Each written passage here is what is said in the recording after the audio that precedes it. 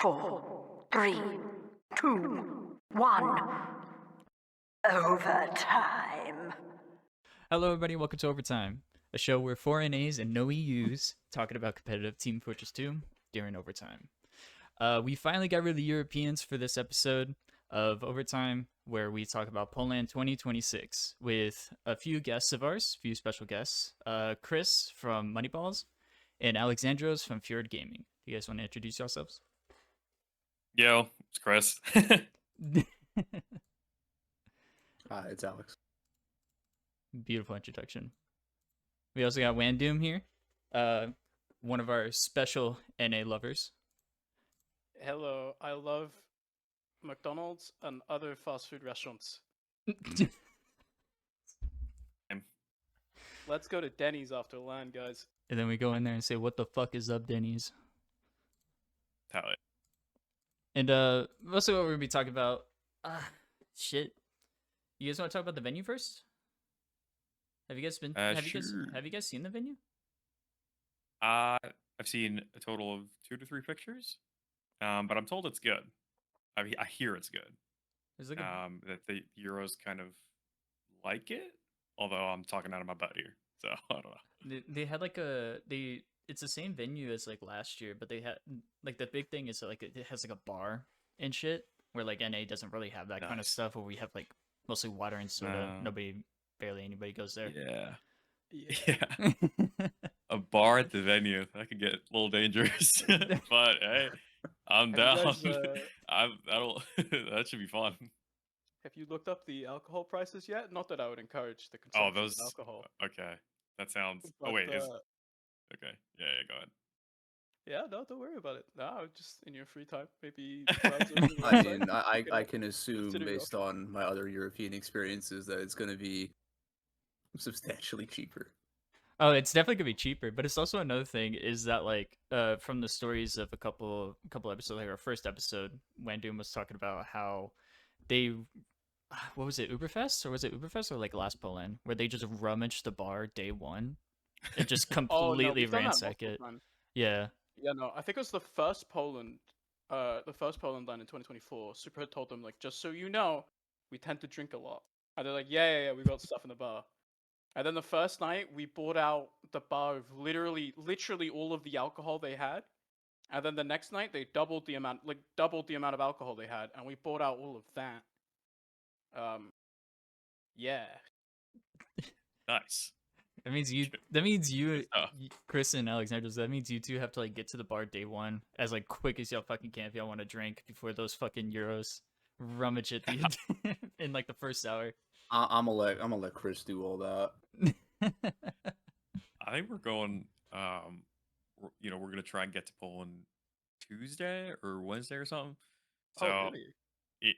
Yeah, time zones and all that. You want to try and get there early. You want to go see. You want to go see stuff, right? I think go to Warsaw, and then Lodz obviously later on.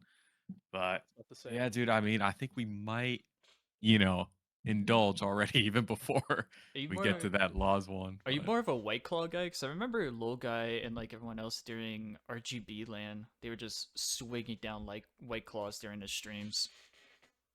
I'm wasted off a Heineken. I'm a lightweight, so no. I mean, I'll just do whatever. I enjoy this and that. But, you guys are gonna have the blue and the red bonks for the first time. Are they doing it for PoLAnd? They usually do. Oh shit! It's just like a thing we made up, I think. So now they just kind of do it. I really want to experience red and blue bonk eventually if I ever go to Europe, which sadly I'm not. Fucking visa issues. I can say a little bit about the venue, I guess, because I've allegedly been there twice now. But it's cool. It's like I think it's probably, from what I've seen, pretty similar to most of the NA venues that you have, where it's like a LAN center that you rent out for a weekend. But yeah, the big difference is a bar, and then it's also in Poland. So that means the weather is cold. Don't they have a basement as well? Yeah. So this is my call to action for all the viewers. If you head over to donate.PoLANd.tf, We are currently still trying to raise the funds to properly set up a stage in the basement. There's like a stage that gets set up with like a viewing area. It's like viewing area, production, and then also a stage, hopefully as well. So we'll be able to have that in the basement. Because I remember, And it is by the end of the tournament. It's a lot of people in a basement watching the game, because the player rooms there's room for the teams and not much else. Because I remember watching, I think it was like during PoLANd 2025, 2024, they released a video like touring the entire venue. Yeah. And I just look at the basement, it's just like 2 couches and a big ass TV. That's it. Just like a small flat screen TV, and that was it. That was like the whole like spectating area. No, so they built it up a bit for later on. So now like we have like enough chairs and stuff to have everyone properly seated and stuff, and it'll probably look a bit different. We're still kind of figuring out how to optimize the space a bit. So last year, a really cool thing about the setup was, at least for a caster, is I was stood, like, the basement is also where the main bathrooms are. So when I was casting, I was literally just standing next to the people, going back and forth between the bathrooms the whole time. But that I think I'm like back in a closet this year. So That's that'll cool. be fun. Oh, I'm excited to see it. I've only seen like 2 or 3 pictures, to be honest. But It's good. Are you Poland expecting? is a nice place. Are you expecting anything for PoLANd? Like when you 2 go, you like wanted to go see anything specific over in PoLANd? We're not- flying in a couple of days early to Warsaw, or not to Warsaw, sorry, to Krakow, and then we're going to go to probably some of the sites in the area. I think similar to what Chris was saying with what they're doing in Warsaw. I was hearing about Yeah. this. I was hearing about this gift shop that's like right next to the venue. I think Ben was trying to talk to me about it. Do you know what I'm talking about, When? There's this famous convenience store in Poland called Zapka. Yeah, which is a that was it, Zapka. Yeah, Zapkas everywhere. I think they're like Polish 7-Elevens basically, and the Poles Nice. really like them. And there's one next to the venue. Like So what's so famous Nice. about it? Like is it just that it looks like 7-Eleven, or is it like, is there anything It's- specific I like don't know. IKEA meatballs or something? it's yeah, I don't know. I think you have to be Poland or Polish to truly get it, to be honest. But the Poles really do like the frog. So frog. Frog. yeah, their logo is a frog. So like the Hell yeah. yeah, so it's like it's probably like a 1-to-1 with the Discord frog emote. So Oh, decent. people are going Okay. to the frog. Oh, that's hype actually. Nice. Kind of want to see It that. might actually, without having looked it up, it might even mean frog. It might even like be Polish for frog, which might also Okay. be a lie. We'll have to check out the frog. Yeah, Sounds you'll have sick. ample opportunity.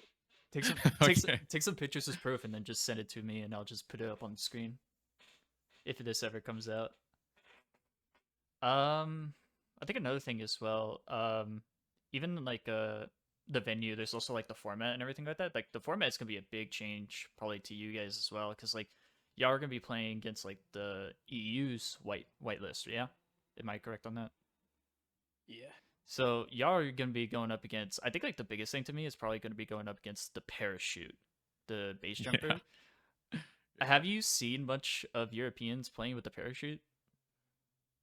Not really. Some teams that we've scrimmed, and then I have turned it on. Turned it on. I don't even know how to phrase it. We've played against it as scrims a little. Not too sure what the Europeans are doing with it yet. I assume they're doing some interesting things. But They're definitely doing something interesting. It's really overpowered, specifically on like Metalworks and Granary Lost. Like anytime you have a lost point with a really Yeah. high like skybox, it's yeah. you just jump up in the air and you're just unhittable, and you sit there and you spam rockets on the ground. That's think, kind of what we assumed. Yeah. Like just thinking about it. The Like, pocket on the team that bot mode is playing on, Dirty Maggots, Geordie, he's the frame 1 like parachute abuser. Is really Right. OP. the parachute seems a little. I don't know if that thing should be. Yeah. What? I don't know. I don't know how I feel about that thing being. Yeah, I agree. But I guess we'll see. I don't know. I'm interested. But I'm interested to see how like you guys will react to like the parachute or how they play yeah, it, we'll because have like to. they like to abuse that shit, especially on those maps. Hmm. Yeah, it definitely seems better on certain. Oh god, it's gonna be kind of annoying. It's definitely gonna be a little annoying. But hey, hopefully figure something out. It was also Yeah. it was also nice when I was looking through like the format that I saw like what was it? I saw like the 30-minute format in the group stage, and then like in playoffs y'all be doing like the progressive config. Like I think that's really I'm glad that like some organizations are like taking that from like the Fizz in Denver, because like it feels nice. But I still want to see the 30-minute format all the way through, just for like the speed's sake, scheduling and everything. But I like it. Um. Yeah. I like. I mean, I like that format. Of we used to play with the 30 minutes, and time just runs out or whatever. And um, even though it's annoying and kind of like a pug or whatever, or like a scrim, it's like, Yeah. oh my god, this scrim is just going on forever. I think it makes I think it makes for cool matches. The idea of like closing out, is kind of a skill, like in itself. It's kind of like a mental resilience sort of thing. That's how it feels anyway. So I kind of like it. I kind of like it in matches, but we do not scrim with it. It's way too annoying. It's like, oh my god, the scrim just keeps going. It's like it's just but Yeah, yeah. I'll echo what Chris said there. I really like it for matches. I think for pugs and for scrims, it turns into a bit much. Like RGO pugs limited the base time to 20 minutes, and we still have pugs that run for like 50 minutes because of it. Yeah, because like Yeah. because like the skill floor is like, or like this NA skill is just like lowered because it's such mixed teams and everything. It just makes it so much harder. Like you have to force yourself to like either play sniper or spy to actually do anything on last sometimes. Like Yeah. when I'm watching like pugs, it just does that. It just devolves into that. I'm Mm. kind of curious. Like, I know at least you, Chris, have plenty of experience with the we call it the banny config, like the extended time in Mhm. playoff situations. Like, how much extra like do you feel that it takes an extra toll on like sort of just like the mental of you of just like the extra time you have to play on every map, right? Like, do you feel Yeah. that? Not really. Well, not in how you're saying, where it's like, oh god, we got to keep playing. Well, maybe I can see some players feeling that. I think when you're playing, at least for me, you don't think about, okay, well, oh my god, this is gonna like keep going or whatever. You're just trying to, you just kind Yeah. of focus on trying to win, and it's the time runs out, and it's okay, whatever. The time runs out, it doesn't matter. Like you're still trying to every single sequence, you're still trying to, play well, um, trying to make good decisions, and that's it. It's like it's cool because it's like you can it's always just winnable, like you can just mount a comeback. Like there's I played some pretty fun games just from coming back. I've been people teams have made a comeback on me, and vice versa, and it's always kind of like, okay, yeah, that was pretty cool. I liked that it kind of went down like that. Well, I think maybe the word I was actually looking for is like the mental fatigue. Like, do you feel that? Is that a thing you have to deal with on the config, or is it more like, do you not actually notice it? Like, I can imagine uh like in a I th- long like best of 5, and it's like map 4, and you've played consequentially an extra like 2 maps effectively of 30-minute yeah, no, time. I gotcha. I think personally, I just don't think about it. I think you're just focused on, you know, y- your quote unquote job, right? Yeah. Just trying to play your role.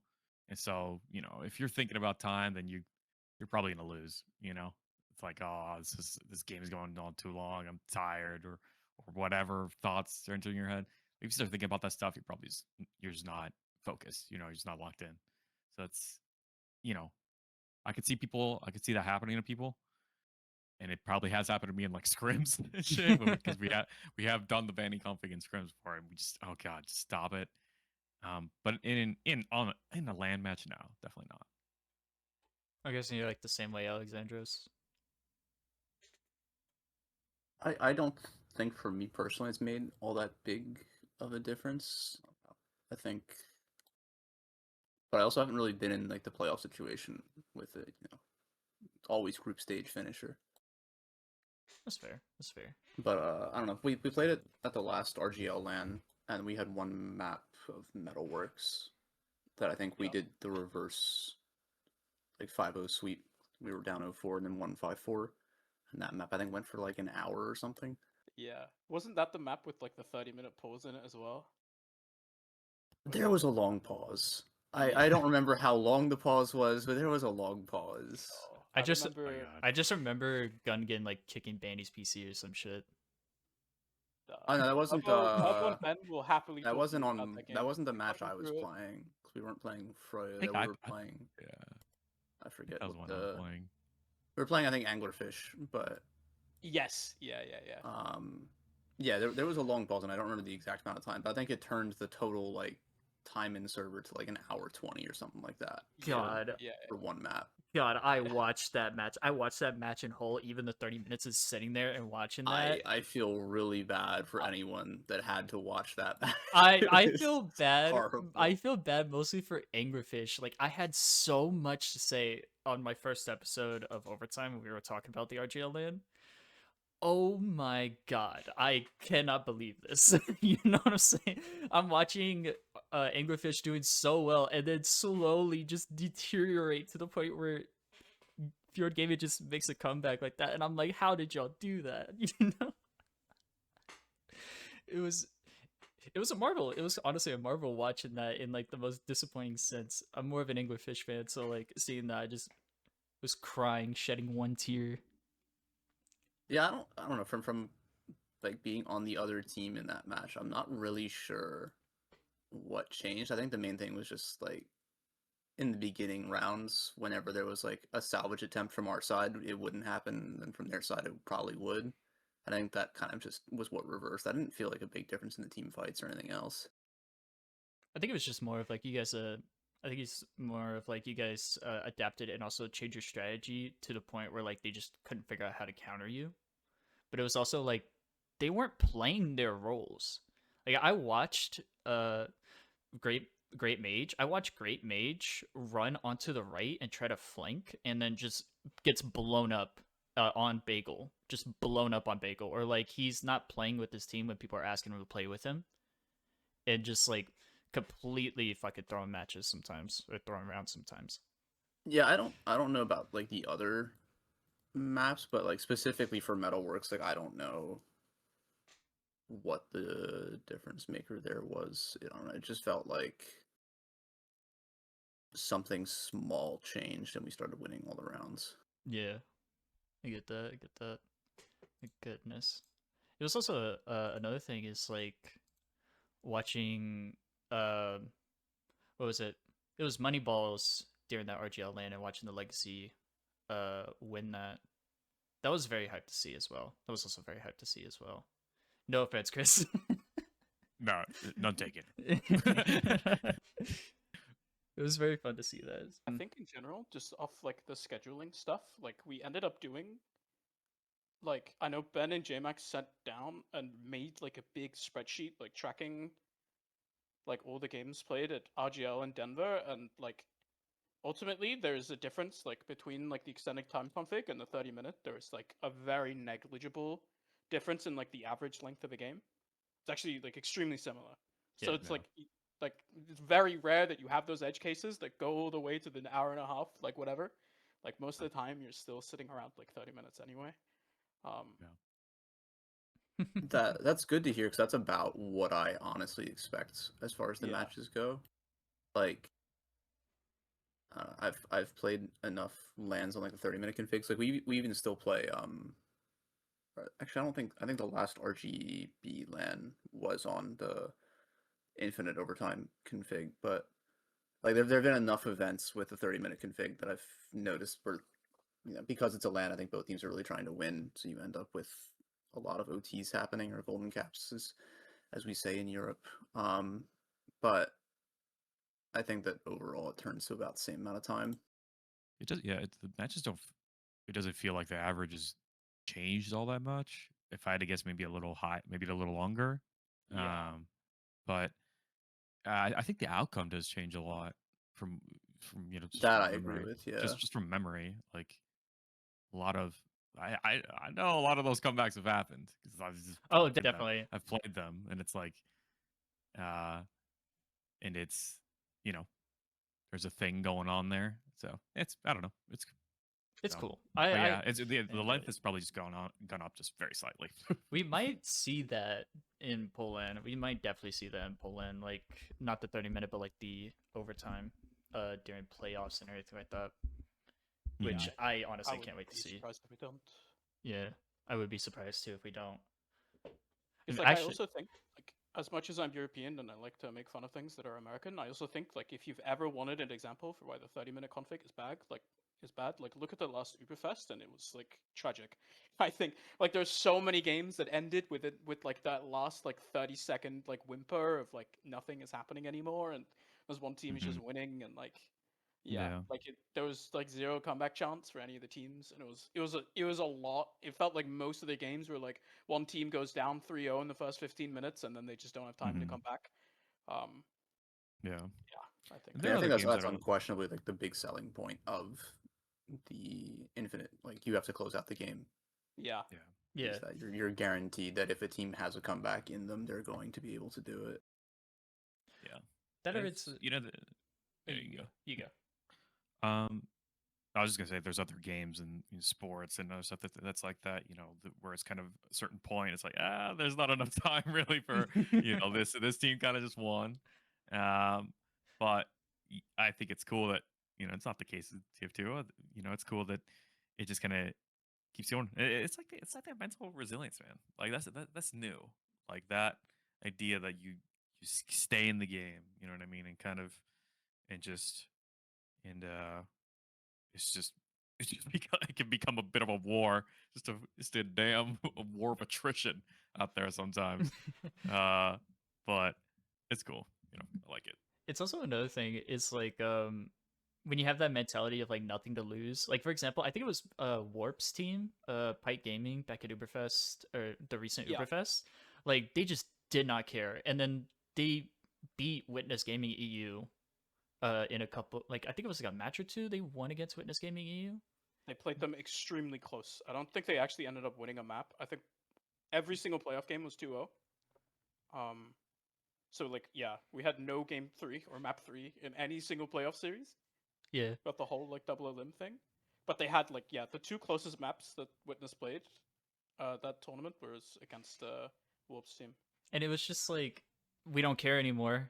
Team's gonna disband after this LAN. Let's just go for it and see what happens. And then they get the closest matches. It's fucking insane. It's a big shame that team isn't coming to LAN because they had a few like I think very very good players. It's a big shame Andy Dude is not going as well. Like I heard about that and I was like, brother, you had a chance. You had the chance in the spotlight. But also like it was like obviously he's a very good player, but there's a few other like very very good players on that team as well. That, oh yeah, definitely. Can go. But yeah, I think I also think there's another aspect that like I had never thought about, which I probably should have given my position. But I think it will also like the extended time will also make for a much better viewing experience, just in the sense of like the match is ending as a round ends instead of having like the dead time. I think that's such a huge bonus for the audience at home that you sort of get to ride that high at the end. In the same way that like a Counter-Strike game will end with, one team winning a round, and instead of like you're just sat and like watching the last 3 minutes. Because we had like literally in the Uberfest finals, we were sat as casters for 3 minutes filling the last map until the round timer ran out and Witness won. Like so much better if you can ride the high if they just like win a round. It makes our lives much easier for it to like actually be exciting. It's gonna be exciting. I'm I'm also when Moneyballs and Froyotech are playing in the finals. I don't know about that. Yeah. I don't know about that yet. Why not? We might see like a few upsets. I have a good feeling there's gonna be a few upsets in the group stage as well, like from the teams from looking at. And speaking of that, do you guys want to get into the teams? Sure.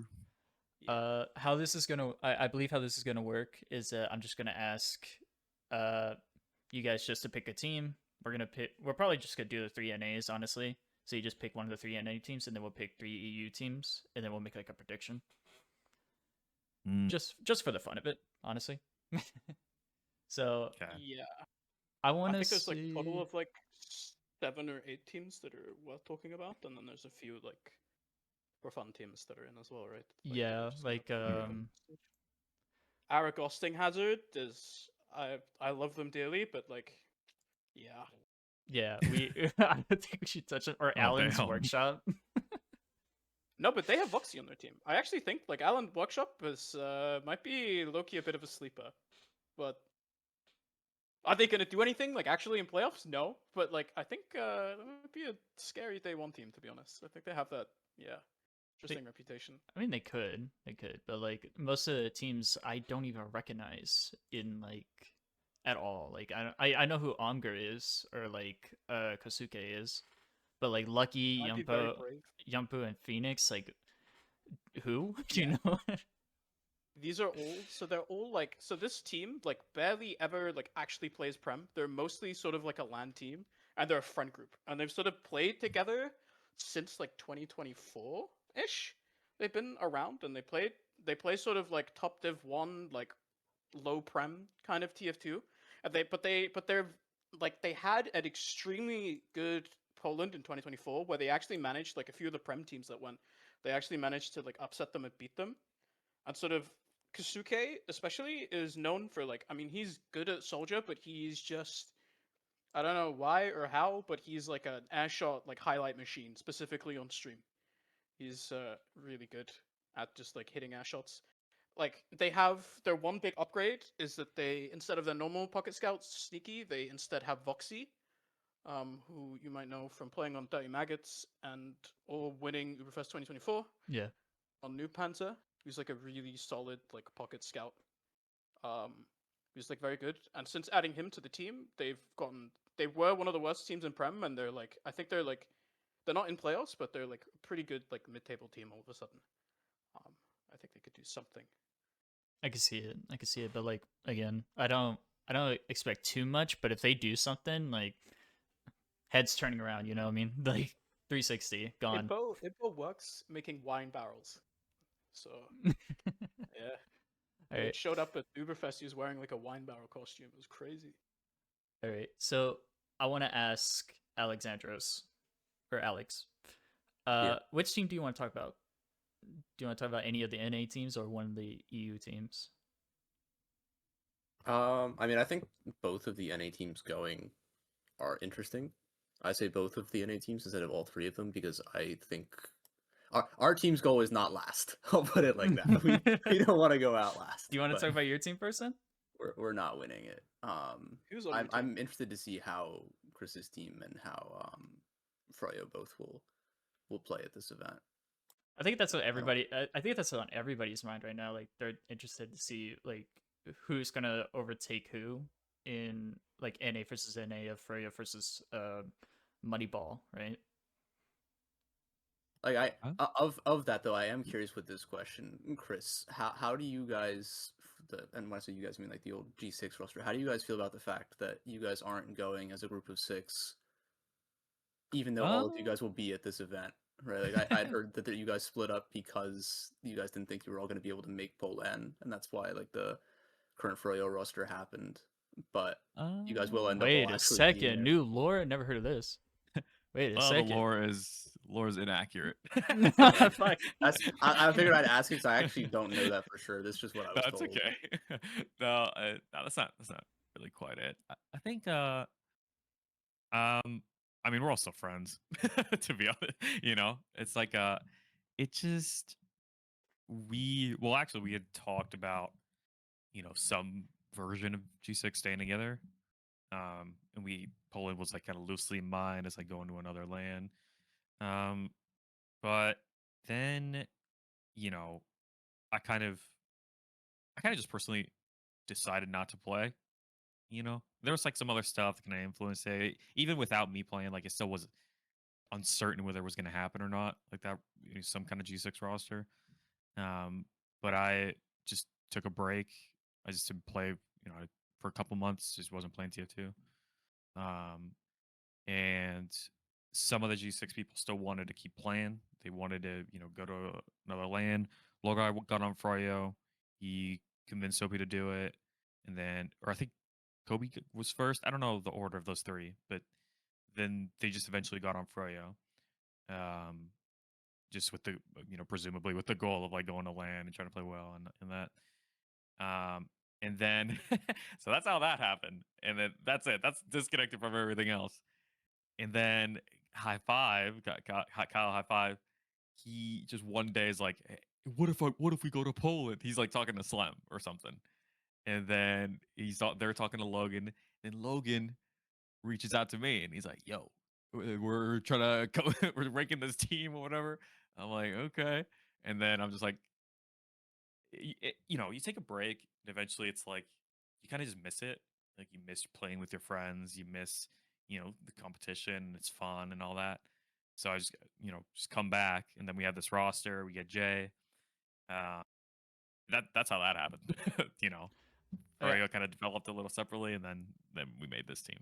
I wanted to ask actually, Chris, since like I got you onto this server, like what was the reason of you wanting to unretire to go to PoLAnd?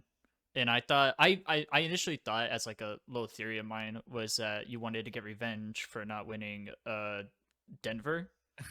I thought of it as like a revenge story kind of thing, but obviously that's not the case.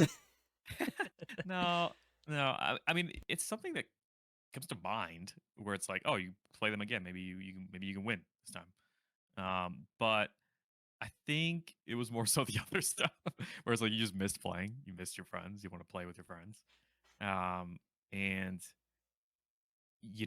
I knew that some of the G6 guys were on Froyo, and that they would probably go to LAN. It's like, oh, it'd be interesting to like go with this team, and like that seems like a fun thing to like go try it, and like I just like competition. I just like playing the game and competing like that.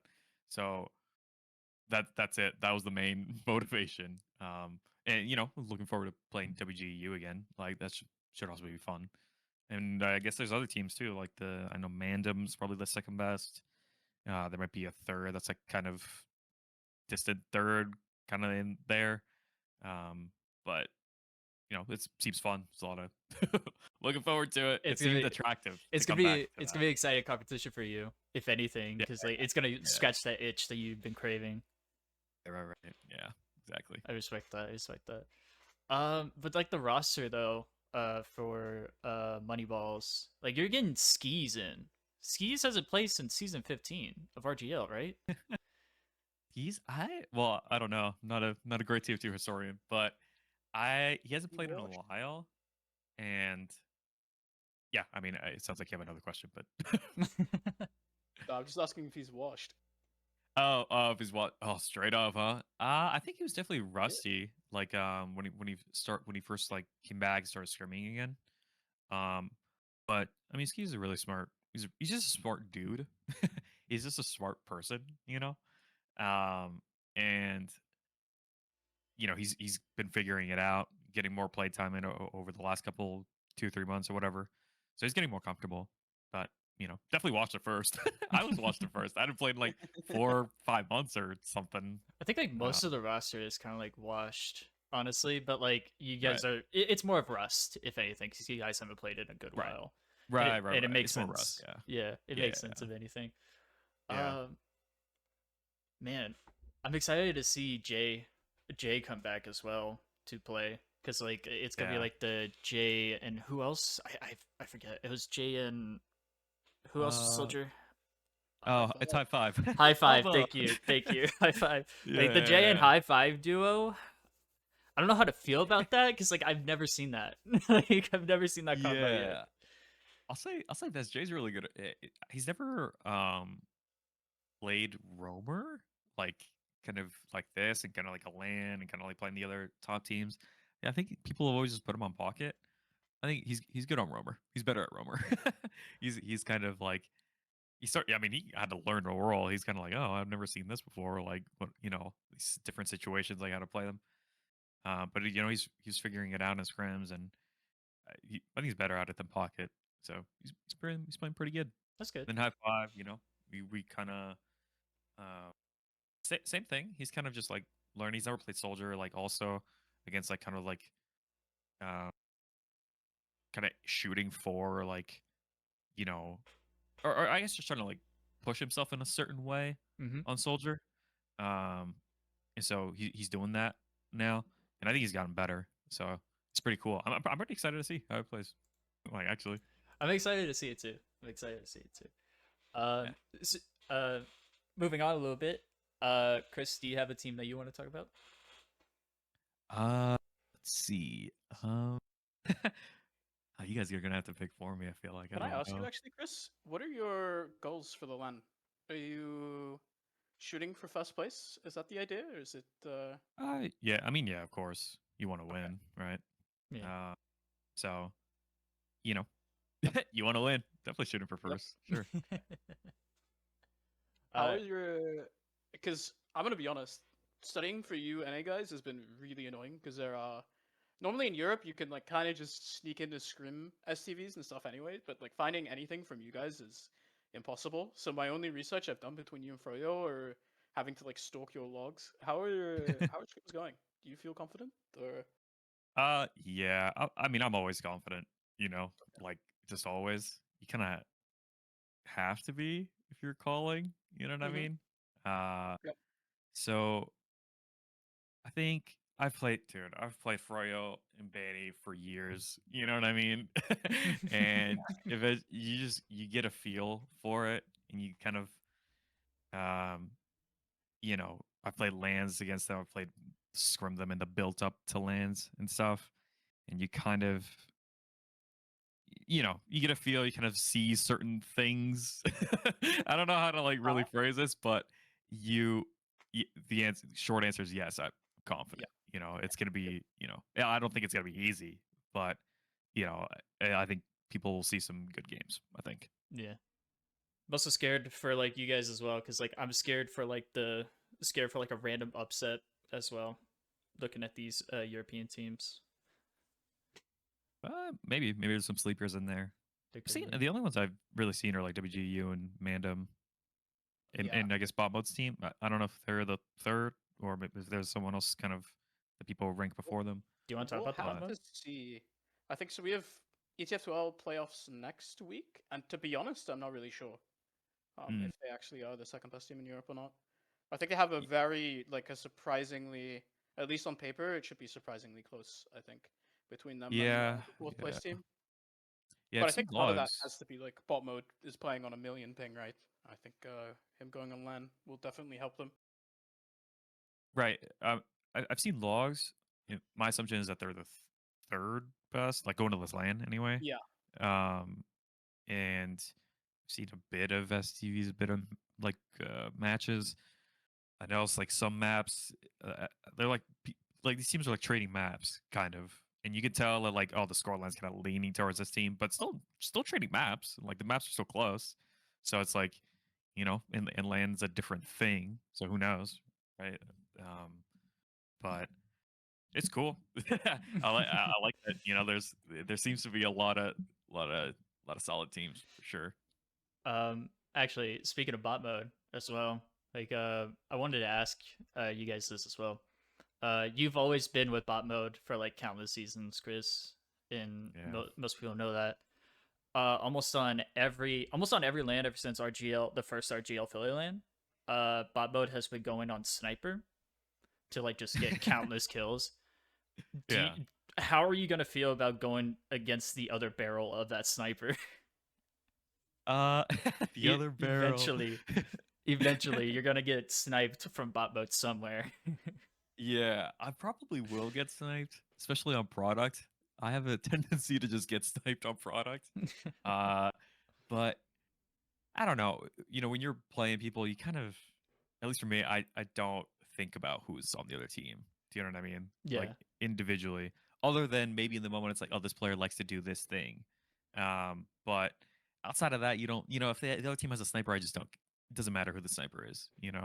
So it'll be like a fleeting thought. It's like, oh my god, I'm playing against bot mode sniper, but then you can just try to discard it a little. But it yeah, it should be interesting. Hopefully he doesn't roll me. That would be nice if he doesn't do that. I need the bot mode that just misses every shot. I need that. I need that bot mode. Look, at Can Lance, you make a he's call not so I that. play that bot mode too, Chris? I got you. I got you. All I'm saying is that when bot mode's on LAN, when he's playing sniper, it's not the case like half the time. Just him I always know. hitting shot. We've all seen that fucking 4K on product, man. Like that was insane. Yeah, he's better on LAN. He's better on LAN. He like online. It's like yeah, we put him on sniper and it's whatever. Something get a kill or maybe not get a kill, like whatever. He's a good sniper. But then on LAN, it's like that shit came out of nowhere. He's like killing people left and right. Like what the hell? It was I don't know. It was pretty hyped to see him do that. Can't wait to see it. Yeah. Off of like 30 maggots though. Like me and Wan before everybody else came in, it was like we talked about dirty maggots, and we talked about like Vox leaving, or like we couldn't make it, right? And we were wondering, like, in a vacuum, would bot mode be an upgrade to that team? Would bot mode be enough to like carry that team to like fourth or third place, or maybe even fifth? You know, just depending on teams. I think on the Dirty Maggots team, there are a few like really good players. Like obviously, bot mode is one of them. But then also I think their demo man Zams has been landlocked to Europe for a long time. But I think in Europe there are two demo men that kind of exist in a tier of their own, which is Lucas and Fancy. But then Zams is like right below them as well. Zams is crazy good at demo. I think from my initial eye test, I'd put him around the same as like Logan Habib kind of tier. I think he's super good. I think Jordy also has gotten better over time. Jordy does a lot of the calling for the team, but he's very good at playing like the role player pocket, where he's not he's not the star player or anything, but he's just like he makes all the bombs. He like coordinates everything for his team in that sense. Mm-hmm. I think Kayan has crazy frag videos. Yeah, but I think Kayan is low-key taken a little bit of a step down. I think he used to be better than what he has been recently. Where he's kind of been fallen back into old habits of sitting on the ground too much as a Roma, which is not optimal for Roma gameplay. Yeah, and it might come into play for LAN, which if that happens, oh yeah, Pickles is gone. Yeah. They're not playing. Yeah, Pickles is not playing medic for them either. Pickles is another guy where he's like, even if you don't play against him on LAN, you'll hear him. He's such a like emotional like heart and center of the team, and not having him, I think, is probably the biggest downgrade. But he got like I don't know. He has like insane work scheduling, so he couldn't play for them during the season. So both Foxy and Pickles were in the same situation of neither of them could play this season, but they can make it to LAN. So they're both on LAN on different teams. But I think losing both of them has been a bit of a hit for Maggots. I think if they had at least Pickles back on their roster, they would be a lot more dangerous of like actually punching up. But I think, at least in my head, to be honest, I think the Maggots are kind of not going to be punching up into the top 4. I think they're more like the gatekeepers of the top 4. Yeah. If anything. I think a good comparison for Pickles to an NA player would have to be like Hubada. Hubada is a really solid player and can help teams a lot in a team. But what was it? But when he is off that team, it just makes it a little bit more of a downgrade. I think that's like the best comparison I can give to like him and Hubada plays like a psychopath. So does Pickles rather. Pickles shows up. Pickles doesn't bring peripherals to LAN. He will just like borrow whatever they have at LAN. And you just play on like random like plastic keyboard. I could genuinely see Hubada doing that. I still remember Hubada's first invite season. It was on Sunshine, and an entire team was rolling out on right. They look down at barrels, and Hubada's just standing there like a fucking robot, like looking around, and he just gets bombed. And I'm sitting there like, what the fuck are you doing, Hubada? What the hell are you doing? It was so funny. Like one of the most unique like minds in just fucking, for better or for worse. I love him. I love him so much. He's just Pickles doesn't know what sensitivity he plays with. Like he genuinely couldn't tell you. Does he like switch up all the time? No, I just don't think he cares. It's like he'll just like play. He doesn't really care. Which is crazy. I think Hubada's like that too. This is weird. They're like, Wow, we got that's a good comparison. similarities. I hope it probably does know his sense, but he's very like low maintenance about that kind of thing, like super low maintenance. So it's just kind of not knowing your sense is wild, but Like a 1.7 DPI with fucking 3. Yeah, he has to Like, like guess at land. It's like I'm gonna put numbers. All right, this seems about right. It's like, dude, okay. oh goodness. Pickles is great to hang out with at LAN. I highly recommend. I mean, he'll probably come up to you, to be honest. Nice. But, Cool. he's, Looking he's a forward very to it. fun guy. Is Pickles like Nice. a big fan of Chris? He's a big fan of everyone and life in general. I think That sounds right.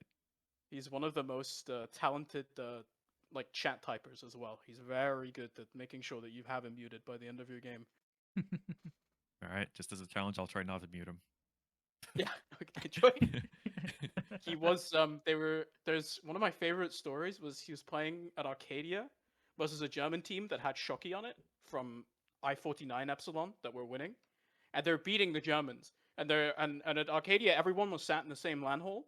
So then every time that anyone would every time Shocky died, Piggles would get up, like stand up and scream "Let's go Epsilon" across the whole venue. So, That's Yeah. you have a crazy person over there. and then I was hearing that story about Pickles having like that crazy diet. Like in one of the episodes before Uberfest, we had an EU episode where Wan and them were talking about like the players, and I heard a story about Pickles going on like this fucking crazy ass diet because he was a big chunky guy at first, and then a couple years later he just like slims down and everything, all because he did like what was it, like rice and chicken, and then just like I think something crazy. Classic W. yeah, he was just in such pain, and then when you ask him about it, he goes, "Oh, it's great, it's fucking lovely," and I'm like, "You just fucking shut lovely. up, bro." Oh, nice. Yeah. That's goated. Oh, man, do you got any other players that you want to talk about? Because I think we just talked about Yeah, I Moneyballs think the and- only other player for me is I think that AF has been like one of those like I think AF has been very underrated as a pocket scout in Europe forever, but he's sort of now he's playing on a top team. He's doing good. Which I'm team? happy. On Dirty Maggots. Dirty Maggots. My Yeah, final Dirty Maggots shout out. Dirty Maggots shout out. But do you have like a player that or a team you want to talk about as well? Ooh, now that we're talking about Pickles, we should talk a little bit about the Yak team, to be honest, just because like they exist. I knew you were gonna bring up fucking Yak team, bro. The Yak team. I don't even are they actually called Venom Crest on ETF12? They're called Joey Guns at the moment. I They mean, have they're basically like Venom Crest Light or some shit from what I'm looking they at. are Chaos Goblins. I think the best way to describe this team is that I was casting one of their first games, and then no, I wasn't casting. I was watching, and then this team Yak really likes going spy, playing Demo Man, like especially like pushing into Gully Wash last. He will like if he dies, he'll like sometimes come up spy, and then he did this like 3 lives in a row. So eventually Vanu, the scout, who plays the Highlander challenge in 6s, where they'll like mostly play like every other class besides scout the whole time, and like snipe on the classic. Like comes up on shield Demo Man because they don't have a Demo Man anymore for this long because Yak's just like stuck on spy the whole time. It's a team full of people that are like really good at the game. It's another team of people you should probably all server mute. They have a great time at LAN. They're there to have fun. and ruin they're, other like- people's fun. Okay, one of those All right, teams. cool. Yeah, you got to keep an eye out for them. That's like, oh my god, I was hearing. It sounds like they're gonna piss crazy me stuff. off. All right, sounds okay. Cool. I've been actively campaigning for trying to get them in a room with an American team because I think it would be so funny to have them like there to yell at you the whole time. But Okay. All right. They're gonna. But, it sounds like I'm gonna get mad. It sounds like I'm gonna get a little bit mad over here. Bro. No, I mean I'd be It's interested totally in good seeing vibe. that a demo man going spy. I don't even know what you're saying, Bro, you but sure. you don't even know the extent of what Europeans do. I've been watching season after season with them, like Varnu, like watching Varnu play classic on mid, getting no Yeah. kills, 50 damage, and then calling it a day, and like with a big thumbs up on and a big smile on his face, like you're you're a fucking Clean. idiot. So clean. Vanu also plays with like inverted sense. Vanu has like one of those ridiculously What? expensive- I've never looks heard like of a- that. bit of Swiss cheese. They play on like inverted sensitivity and a bunch of other crazy stuff. And then they play Perma Engineer on Bagel. Okay. And then there's All also right. They're a mid-table prem team. and then there's Yunu. Then there's Yunu playing sniper on Yunu's just product like a every good player, day. though. Yunu Oh is my just a God, good sniper player though. Yeah, but that's actually annoying as hell. Like I- the NG, I'm big. I don't know about that one, but it's just perma sniper products. Okay. Oh my God, why? They Engineer, like heavy a lot. Engineer on Bagel, you don't understand it until you experience it. I've experienced it. That shit is AIDS sometimes. People It's people very do it like good. trolling. They do it like trolling in scrims, but I've never seen it like actually. I'm all right, bagel. I'm going NG. It's like what? but yeah, I don't know. That's my God damn. contribution. Shoutouts to Venom Chris. Shout out to Venom Crimslate. If I wanted to talk about any other team, I actually want to talk about Alexandros' team. Feared Gaming. So, the big thing for me, and I think this is the big narrative, in my opinion, is that me and Wandum, we had a talk during one of the episodes about like how NA like mid to low invite teams versus Europe's mid to low invite teams or prem teams. Like Europe is winning most of the time because they are playing it more tight knit and better. And like your team going to this specific LAN is like kind of like the vessel of how good average NA team is. Not like the top like Chris's team or Tech or like Witness Gaming, like those top players or top teams like back in like the early 2020s. I'm talking about like just average invite team playing against average Europe prem teams. And I want to know, like, asking about that or talking about that narrative, does that feel a lot of weight in your shoulders for like the NA team or the NA region in that sense? No, but also because I don't think that that's accurate. Like, I don't think that our team is like the average NA invite team. I think we're below what that skill level would actually be. Like, basically, we're a like friend mix team going to this LAN. Yeah. Right, like we're not really a team.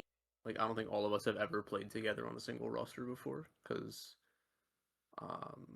like, I'm just making sure I'm keeping the correct roster in mind, because it's changed a couple of times in preparation for this event. Because like I saw Fireball, and Yeah. that guy's been playing advanced for like countless seasons. Now playing with this team, like a fair amount of invite players. Yeah, we have like he's finally putting those steps in to go play invite. I mean, I don't actually like you say that, but I don't actually know how much Fireball is playing right now. Like, I don't think he's playing the current season. Bear isn't playing the season. Necro's not playing the season. Yoshi isn't playing the season, though we've rang him twice because Bumba's banned for definitely a justifiable reason. I actually have no idea why he's banned, so I'm just saying that.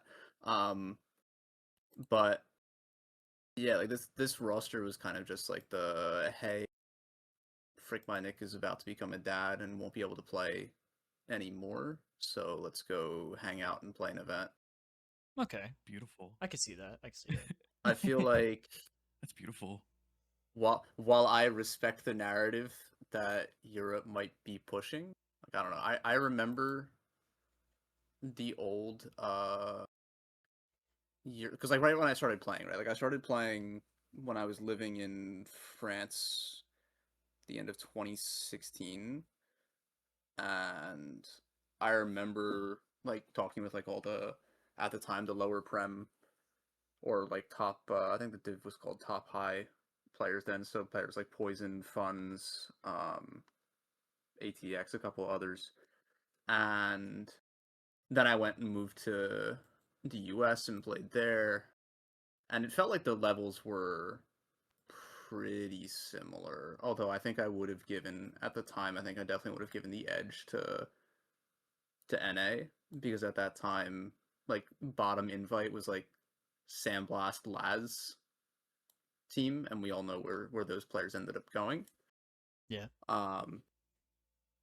Now that I've been kind of forced to work for a living, I don't actually know where the US ranks versus EU, but I feel like it would be nice if there was a fourth NA team that was like, I would say like the Moose team.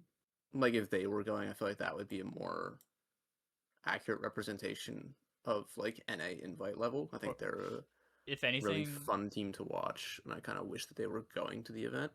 yeah. If anything, like even like Grape Juice's Global Clan Ice back in season what, like 13?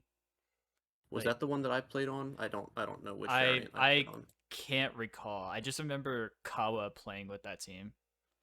And like No, I didn't play on Kawa the roster with being Kawa. I think that was the season before I played with them. oh, is it? Damn. I think so. But like But that's also a good example of like what you're talking about. Cuz like they're like a friend team as well, but they like to grind really hard through uh lands and through invite seasons until they just kind of like fell off a little bit. yeah, I mean, I think there have been a number of like NA rosters that have been close to, like for example, I think like my team last season, right? Like I think that was a team that was close to doing well enough to where we would say, okay, we'll keep playing. But like I think NA for probably like the last 2 years hasn't really had many teams that did what I'll call like the G6 route, where like you have a core of players that grind through all the divs together and just keep playing together and keep improving. Like we basically just had like players that have gotten to like bottom invite and then just keep kind of shuffling the rosters about who they play with just for like, I feel like having fun with like this friend or whatever. Yeah. I don't know if that's been the case in Europe, but I think, and Chris, you can disagree with me if you have another example, but I think basically up until the Moose team, we haven't really had anyone do that Yeah, for a while. I'm feeling the same way. I agree with you because like watching NA for a couple of seasons now, it's just been mostly like mixed teams, no core or anything after G6 Pretty died, much. and then I go look at Europe and they have like Mandem, Dirty Maggots, Witness Gaming EU. They have Aragosta. You know, they have teams that are just like sticking together and playing through it, right? Yeah, I think Yeah. yeah, and it's kind of mid right now, to be honest. But that team, it's like Moose, Minaj, Aimer. I don't know. I don't even know who else. Lopes on there. Uh, that that team's good. That team's good. And they're relatively new. I mean, I don't think they. I'm not sure if they existed before I took my break. I literally like came back and I'm like, I didn't know like who half these people were. I'm like, oh, like now they're playing. And they like and they put up a fight against the top of my team's like a good fight, and it's like, oh shit, okay. And you know they all have good DM. They just are new and don't quite know what the hell's happening, and so they're kind of like just very messy, like puggy players, but good DM. So like, and they, you know, I think they're like friends. They like stick it, you know, or they stay together or whatever. Yeah. Um, so I think definitely ones to look out for. I think if they pick up like the right players, they can get the right thing going. I could see them being like, yeah, like a G6 type thing. Like they just keep getting better and like beat Froyo eventually, and you know that sort of thing. Because right now they like Moose, Loaf, and others are Minaj are playing a Witness Gaming Gel right now in the mini season. Which last season, season 19, they played Global Clan Gel, and it was like Robotnik, Minaj, Moose, and all the others. So like it looks like they're still sticking together, but I don't know how long that's gonna last. I hope they last because they're actually a really good team. Like no Yeah. joke, watching Robotnik make plays it just is it's mind boggling. It's like watching Soapy Meister Light, right? He knows what to do, but like he kind of like feeds a little bit too much sometimes. But he Yeah, can still make plays. yeah, I think they're very individual, you know, right now because they can shoot. They got hands, and so, but they care a lot. They have a passion. They got passion. And they're trying to get better. And I think, I think I think they'll figure it out eventually. There's like a little solo right now. Like Aimer, he's got good DM, but he's like he's like just doing, he's doing his own thing. He's doing his own thing out there. But it's gonna be cool to see him like how he progresses. He's just so new, dude. He's like new. To like this I invite shit. He's just a little guy. Just a little guy sitting in the corner. No, he's perfect. No, dude, no. Little guy is he's perfect. But it's gonna be cool. I'm rooting for him. It's gonna be cool to see them get better. I have to keep an eye on him a little bit more. Yeah. I guess rotating back, Alexandros, do you want to talk about anyone else as well? Because I think I'm not really all that familiar with all the other teams that are going, to be honest. Like, the way that this roster formed was more just like, hey, there's this event happening in Poland, and Nick won't be able to play in the future. Do we want to just go? Because all of us are fortunate enough to be in a position where we can take time from work to fly to Europe for video games. That's fair. That's fair. I don't know. You guys can tell me if these players are going, but I kind of hope that there's going to be like an Alien Smiley team there, or some of the other players that I used to know recently when I was in Europe. Unfortunately, so the Frenchies had there was a very, very good French team that won Prem and were consistently battling top 3. Who had a very, very unfortunate both ETS12 playoff and LAN. They lost. They ended up playing a total of 4 or 5 maps against Maggots, and they just barely lost all 4 of them. In golden caps, in 15-second pushes before the round timer ends, and we go to a golden cap. They managed to throw away the most heartbreaking process game I've ever seen. So they and then they're having bad scrim results after the New Year's, and they kind of ended up blowing up. So there's maybe they're going as spectators in some form or another. I'm not actually entirely sure about that. But there's actually very little French representation coming into this LAN. That's depressing. Yeah, I'm very surprised about that too. I was very upset when my French boys are gone, especially like you probably met QB over at Denver, yeah? I couldn't make Denver, actually. Shit. I wanted to go. There was I think a Fjord team that made an appearance, but I was unable to be part of that roster. I was actually traveling when that happened. Fair enough. Talk to QB. He was very confident in his French squad. Yeah, we kind of been bullying them a bit for that as well, which didn't help. There might have been some utterances about how they would have won Denver as well. Oh, thank you for bringing that up. Yeah, whether or not he mentioned that to me as well. Yeah, I don't know if I agree with him necessarily, but they did say that to their detriment. I think, to be honest, because I think it gave all of their opponents something to leverage against them, and they very clearly didn't live up to their own expectations. I think that over time causes friction within the team as well. So sad. Yeah. They had and then you come back, you take a break after losing the season, whatever. You come back, you play some scrims, and you're losing to teams you don't think you should be losing to, and they'd also been playing together for 2 years at that point, right? I think the squad kind of ran its course. Yeah, damn. No, I was looking forward to playing them because I wanted to see what they had after that. Now all you have to do is just watch VODs now. That's your only window. He uttered that statement. I thought it was scandalous. I'm like, all right, let's see it. I want to see it. I was looking forward to it, but unlucky, unfortunately. That's a fun narrative. Yeah, right. It actually is. Oh my god. Yeah. No, Fancy was a menace in chat through all of last season. Or anytime anything would ever happen to them, he'd be like, "Damn, that's really nice from the Denver LAN champions." Oh wait, speaking of he ran this bit brutal. For 4 months. That's brutal. Speaking of Fancy, are we gonna watch Fancy beat the shit out of Habib?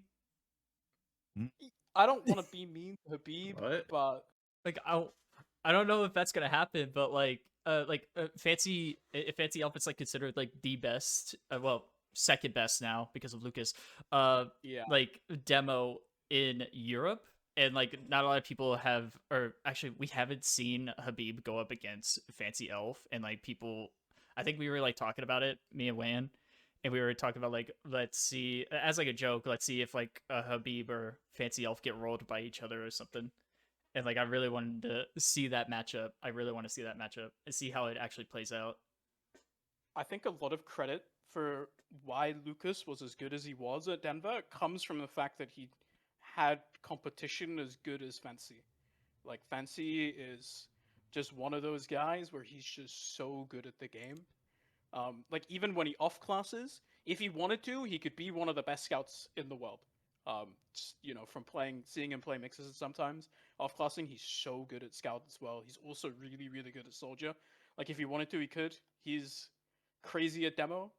I've had a few conversations with various Prem players that shall go unnamed about whether or not he's entirely legitimate. But when there are conversations like that flourishing around a player, like that either means that they are just AZN and cheating, or like they're just insane.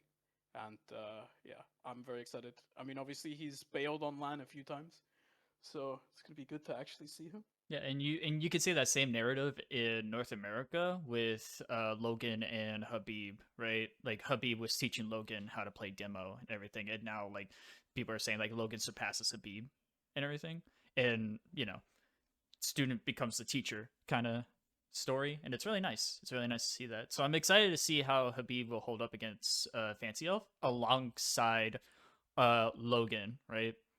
Like it's gonna be some crazy demo gameplays. Fancy's playstyle is very different to Lucas's though. Lucas kind of plays that sort of like he's very heal heavy. He plays very close to the combo. That's kind of his big role is do a lot of damage and then let Thomas follow up and stuff like that. That makes the witness combo so scary. Fancy plays like I think the best sort of frame of reference in my mind is he's like it's like imagine if like old like I-52 Duwatna just took so many amphetamines and was so good at the game all of a sudden. He plays like a much more sort of roaming style demo where he's always in positions you wouldn't expect him to be. He has a really good sense for when and where to place his traps and his pipes without like he has a good sense of like if he hears a call about oh so and so is pushing here, he's very good at like having a pipe ready for you as you peek big door in Gully Wash, for example. He's super good at that. So he's not going to be as combo centric. He's going to play a little bit different. But yeah, he's crazy good at the game. I think. Speaking of Habib, though, like what are we seeing about Furrier Tech, if anything? Are we seeing an actual win against Witness Gaming EU, or are we seeing a loss? Yeah. I don't know. They're getting fed, roster. no? You're beating them? Huh? What'd you say? You're beating them, Chris. Yeah, we'll see. Right? They're getting fed. Fucking a lot of people have thoughts before going into lands. They have their little takes. They say all this stuff. And I remember going for Denver, before Denver, you get a kick out of just seeing what people say. It's like sometimes I'll just read and whatever. 99% of ages so badly. Oh yeah. And it's just off the mark because nobody has the full picture, including me, right? Including everyone. Nobody has the full picture. Oh yeah. So it's, obviously, we wait until the thing. The Froyo, I just honestly don't know. Which is cool. I like that I don't know. That makes it more interesting. I think Froyo, they've kind of. I didn't even play them all at Denver. I played one map in groups in versus played them once on Sunshine, and it was like so weird because when you play Froyo, it's like an action movie. It is like permanent, like just what the Euro's probably referred to as NA brain, just like it is aping in, like it is like a goddamn war when you're playing Froyo, and it wasn't like that at Denver. They kind of just I don't know, they like crumbled or something. I don't know. It didn't feel like Froyo. They felt neutered, like to be honest. And it was. Yeah, it's accurate. It's accurate. It's the first word that came to mind. Like I was, like I played them. I was like, damn, they're not doing like what they usually do. It's like it's so like limp. Yeah. Respectfully. And now they're It's making like got this super team. Yeah, and now it's like a different mix of players, but Banny has so much influence on the team that it feels very similar to Froyo anyway. You know, um, even with the G6 people in there. But I think if I had to guess, they'll probably play better for this one, uh, because I think they're also just going into kind of more conscious, right? Kind of more prepared, I guess. Um, but I don't know. I don't know how they'll do. I don't know if it's enough to beat WGU, but I think they'll play better. I think they'll play better. Yeah, they're kind of like So they're sorry, you go. what is so you're describing the playstyle as the more traditional sort of Froyo playstyle where they're just like going in off of advantages that no one else would consider. It's kind of my idea of like the good Froyo techs. Like the thing that really distinguished them was like they had like Mamalu and Jay and stuff on the flank who could just punish like the smallest mistake you've ever seen, and like a Mirror Man that was insane at setting the tempo for the combo and like opening and making the most space I've ever seen. Do they still kind of play like that? Because at least for me, I felt when watching the Froyo tech at Denver, it felt like Banny was trying to do that, but then he just didn't have Jay on flank scout, right? He didn't have Mhm. Mamalu on Roma, and it kind of felt like they kept going. They kept trying to go for some of those plays, and they just didn't work because they didn't have the players to necessarily do it. That Would you is say they're kind of true. back to that old style? Is that what I'm hearing?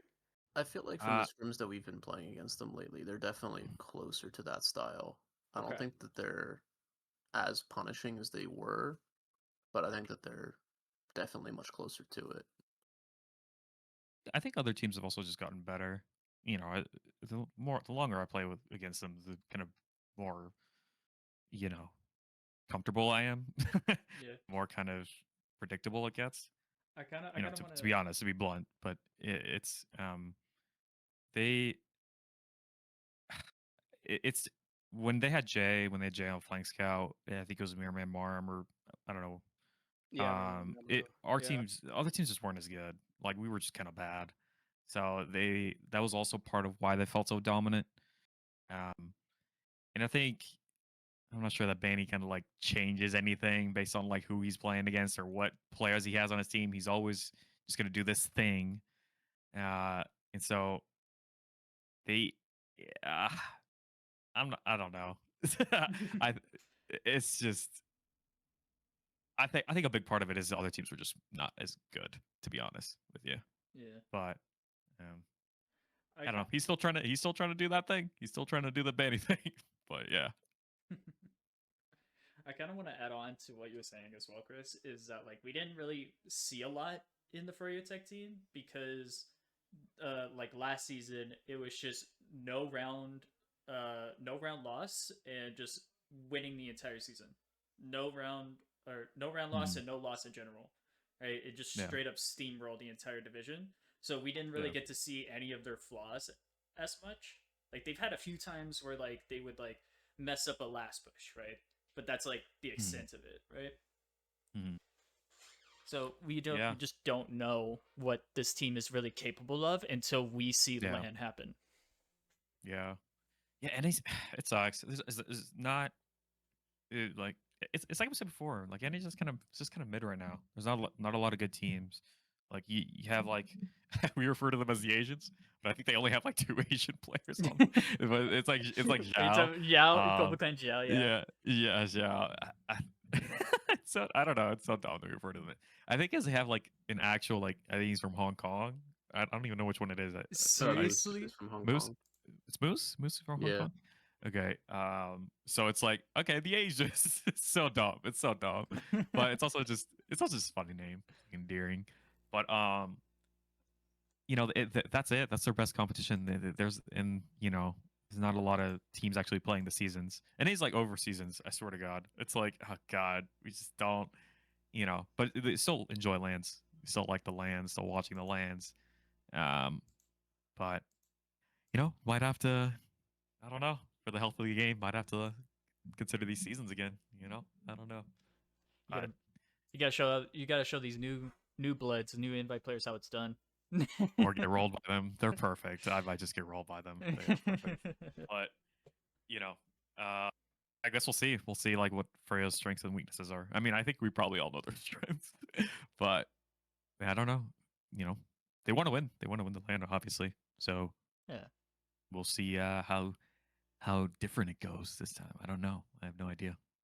No Who idea. would you either. say are the big Froyo players to look out for this land? Big I'm Froyo European players. and I never pay attention. Big Froyo players. I think Logai's good, obviously. Yeah. Think God, it's hard to like pick individual players in this front with some of these like the recent Froyos because it's literally just the banning machine going at you. So it's like the banny fucking waves, the hordes. So it's that if they're in that zone where it's like that machine is working, I mean they don't stiffen up like it seemed like they did it at Denver. Um, you can look out for all of them. Soapy, even Habib. Like even though Habib's like not been as like he could still have a good game. Banny, of course. Um, you know, it just depends on how comfortable they are, how confident they are. If they can get in that flow, I guess. Yeah.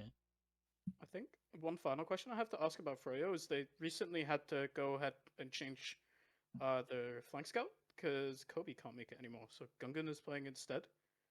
As Yeah. how, If I how had do you Kobe, feel that I would have impacted? named him as a player to watch. But yeah, keep going. Yeah. How do you think that does that change anything for Froyo? Yeah, it does. Kobe's really good.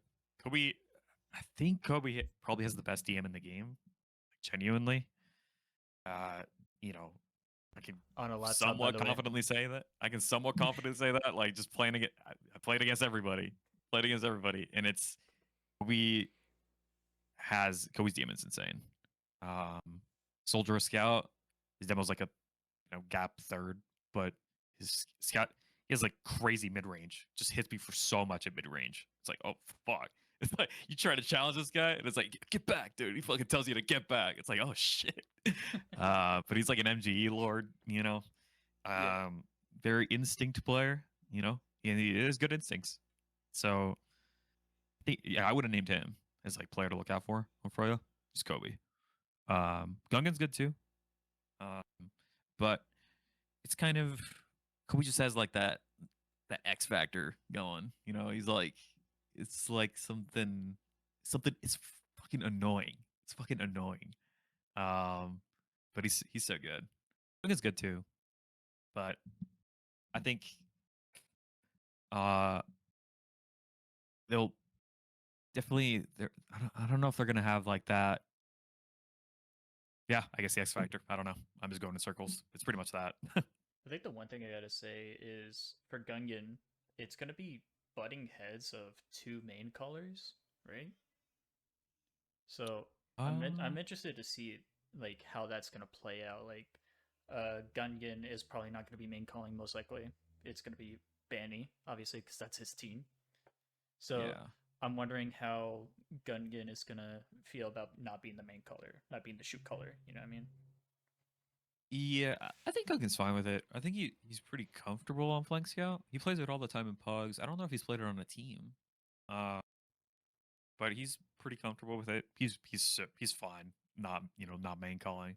It'd definitely be worse if like I were on Flank Scout or something. Like I'm actually, that's not me. But he's pretty comfortable on it. That's good. So no worries there. It's still the Banny show. What else is there? There's also Witness Gaming EU. We could talk about that. Yep. We can also talk about the Demo 19, which I'm just Let's bringing not that talk up. about the Demo 19. Like all I'm saying, if we talk about it, they'll be watching out for it, and then they'll like actually counter the Demo 19 if they ever go up against them. I think the problem is like the Demo Knight team is just like not a Premiership team at all. Like they're like a Div 2 type team. No, I agree. I agree. So they're not like they have a Demo Knight, which is funny, I guess, if you're into that. But like, yeah, You'll never see it. You'll never see it on stream. That's like the main thing. You No, unless I mean, it'll probably be on like the B stream at some point. I assume that because there's a B tournament happening and there are decent contenders for that. I think, yeah. but yeah. Then Witness Let's talk Gaming. about Witness though. Yeah, I want to talk about Witness as well because like we could talk about like Tomas versus, Tomas versus Banny. We can also talk about Lucas Tank. Or actually, is Lucas Tank playing? Yeah. Oh yeah, okay, yeah. We could talk about Lucas Tank because he like I wouldn't say carried the team because they were doing really good even without Lucas Tank. But we could talk about like Lucas Tank not using the lock and load anymore because it's banned. So like I think he'll still be like one of the best demos against everyone else, even without the lock and load. But I know some people have different opinions on that, so I wanted to hear about that. Who wants to go first? I mean, so I can say that Witness have opted not to play this season. So the only information of the form that we have of Witness is by looking at their scrim logs, and sort of peering from that, it looks like they're mostly scrimming Mandem, and most of those scrims are quite close, and they're kind of going back and forth as well, is what it looks like online. That they're playing see very it. close games against Mandem, I which thought- I think is both positive for Mandem and yeah. I thought Mandem would be at least a little bit rusty. No, I think yeah. I mean, I also think I think the other big point for me is compared to the Denver roster, I also think that the Witness roster is better. They have Silentes back on Roma, who I think, as much as Hugo was very good, I think Silentes is just an upgrade. The Silentis Pappy combo is gonna be insane. That's all I'm saying. Chris, can you? Cool. So you had to play against Witness Europe a few times at Denver. What stood out to you when playing against them? Lock and load. Yeah. Yeah, definitely the Yeah. lock Besides and load. that, To be honest, That weapon is stupid. By the way. think. I feel like they're honestly. I feel like they're pretty similar to G6. If I'm honest, I think they kind of try to play for the other team to make mistakes. I think if you want to win, you have to like just play clean. You have to know what to expect. Just keep a read on the game. Just kind of, oh, they're gonna try this. They're gonna do this, and obviously have an answer for it. Stay mentally strong. And it's the fucking lock and load, dude. that gun was so annoying. It was so annoying. I think, look, if I had to pick a player, and I don't like to like single out players. I like to just look at teams like as a whole. But if I had to pick a player, it would have been Lucas. It'd be better to play play against him this time without the goddamn weapon, without that goddamn weapon. Oh yeah. But we'll see. Obviously, I still think he'll be, top, really good demo to be top. But I think it'll be a little less. It'll be a little less fucking just annoying because it's that gun is just so dumb. Like it's so absurd. It's just just on principle. Just thinking about it, like what is this thing? This is so dumb. Like the amount of damage you can do from that distance is like just crazy. But I think it'll be more. I think it'll be more interesting this time without it because it's like more, less. Because to me, the gun is a little fluky. You know what I mean? Like there was the other land, like I was using it, and it like some of the kills I get were so stupid. I'm like getting them from across the map. Like what the fuck is this? It didn't feel like it didn't feel like rewarding for me. Like using like it's very fun in the moment. It's like I did this, but it's not like oh I made a good play there. So I want to see Lucas like okay he's obviously got insane DM still, but it'll be like less annoying and like when I get rolled inevitably. It'll be like, okay, well played. I never think well played with the lock and load. Never. Oh my god, so annoying. But yeah. So we'll see. It'll be cool. It'll be fun. I think. Alex, you probably studied up on Witness Gaming, right? Like, do you have any thoughts about Witness Gaming?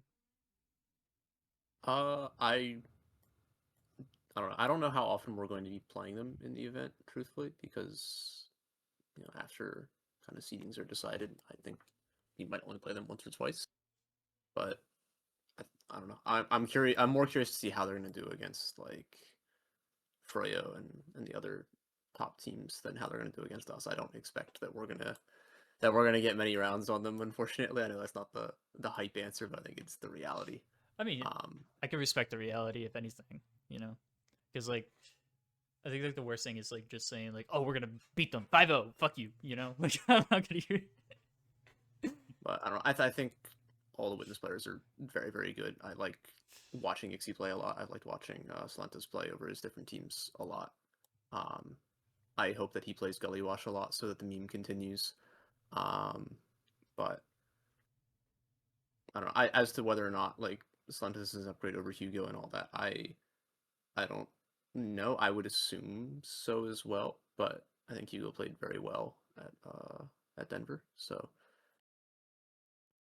yeah, I think they're just going to remain a top team, whether or not Lock and Load is in the picture for Lucas or changing format or anything else. Yeah. I think for me the big difference is like it's a difference of like Hugo is very, very good at Soldier versus like I think so. I also think the argument exists in Europe today that Silentes is just the best soldier in Europe. In terms of like he's never been the mega flashy player, but he's just a roamer that is always in the correct place, which is so important, right? And it's super impactful. And he's the type of guy that will just always make the right move and the right play. He has so much like I think another underestimated or under sort of appreciated aspect of him is he's played for so long and has so much like LAN experience, especially sort of in the more early stages of the team. He really helped them kind of deal with the big playoff situations. I credit him a lot with sort of teaching them all how to manage the big high pressure moments. Yeah, he's super stable. I think at this point we're safe to say that he's fully back on form. He kind of had a little bit of a ramp in because he hadn't played for a year and a half or something last season. But by like come LAN and at Uberfest, he was I think once again he was the best. He was the best soldier in Europe. I think there's like one other guy who I don't. We just talked about Fancy. I actually don't think we discussed Mandem like the rest of the team. But I think Sil is an upgrade, and then of course you lose the lock and load. So maybe it's a zero-sum game. Maybe so. But yeah, no. I think for me the other big shout out for Witness is obviously you have Thomas, but I think Ixie is crazy good at TF2. I think for me he's the best flank scout in the world. No one else does what he does. He's unbelievable. I think the difference for me is like you can look across the world and you can find a few players that are kind of like Thomas, but I don't think there's anyone that can do what Ixie does. You make him sound like he's like clockwork, you know what I mean?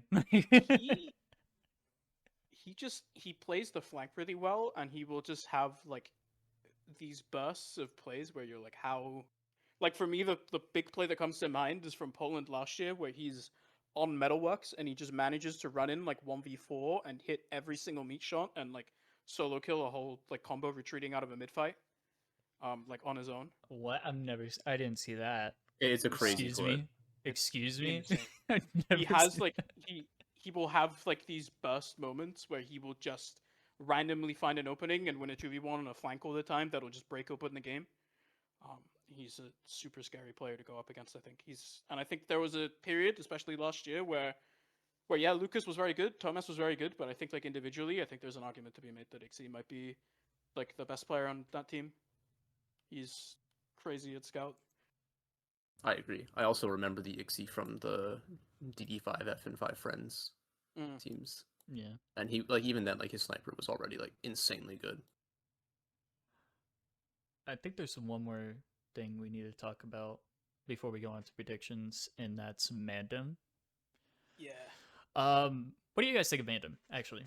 You guys seen any logs of them? Do you guys like ever seen any matches of theirs that like stood out to you? Well, if I may go first. Please. Oh, wonderful. Thank you. No, I'm just kidding. No, I've seen I haven't actually seen a match. I saw they lost a product, or they lost some team on product. Yeah. That's the only match I've seen, just because like I don't even know how I came to find out about it, but I think someone just told me, it's like, oh, this Mandem team lost a product. It's like, what the hell? We look at the That's VOD, it's like, incident, yeah, not it's a Zapka. perma sniper, just some stupid like perma Yep. sniper. Like, oh my god, that's It's the a only match medieval I've friend seen. team that's insane at product only. Like the best team in the world of product specifically. Okay. Yeah. So yeah, they lost to that team, perma sniper. That's the only thing I've seen. I've seen a little bit of Fancy's POV. I think we like got a, I don't know, he was streaming or something. They were mixing or scrimming WGU or something.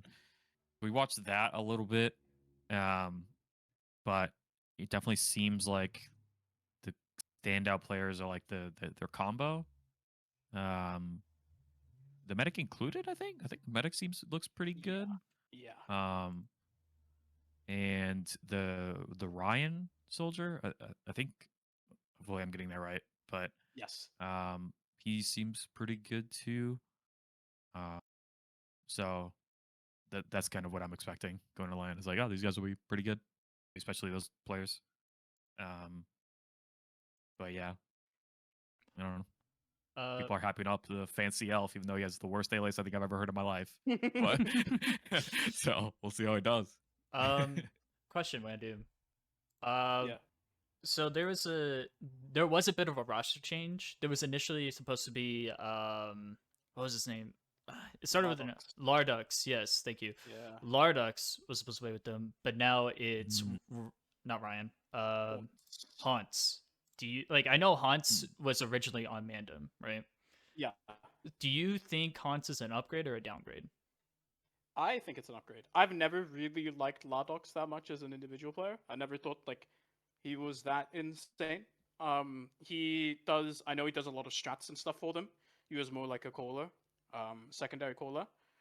But I think sort of individually on that team, I think the Haunts should be a bit of an upgrade. It's not a crazy like huge upgrade. I think Haunts is another one of those players where like he has good aim, but he's mostly sort of he has to. He's never going to compete at the top level of like with Soapy, with Ryan, with Silentes, with Pappy. He's going to be a little bit lower DM wise, but he's smart and he can fit in the blanks. He's played with Mandem a lot in the past as well. He knows how they think, knows how they move. I to be honest, I consider it an upgrade, but that's because I'm not a Lardox fan, more so than. Damn, Lardux hater. I see. Yep. I see. My bad. What else is like? They have Boulder. Like they have a lot of like the original like Mandem players that won. I was supposed to say ESEA for some fucking reason. What what ETF2L season was it that they won against Witness Gaming? I keep forgetting. Oh, it was their debut season in like a week 1 game, and they played them even with a medic muck, and they beat Witness like pretty handedly. As like a Witness that were coming off of a long break, and then they kind of played against this Mandem team who just kind of rolled them. But yeah, no, Mandem are a lot of like up and come or like players that were up and coming that are now here. I think like Boulder does a lot of calling for their teams. He's in many ways like a second Thomas, I think, where even more so than Thomas, he does like all of the calling for them in game, while equally being, I think, firmly the second best like pocket scout in Europe. He's really good at doing that, like filling in that sort of pocket scout role while calling for the team. I think, yeah, Ryan is in contention with Pappy and Silentes for being the best soldier in Europe. The only reason he wasn't at Denver was because at the time when they were recruiting second soldier, because Silentes couldn't make it, he hadn't played a LAN, to which he then went to Uberfest and won it on his first try, and played incredibly well. Jesus Christ.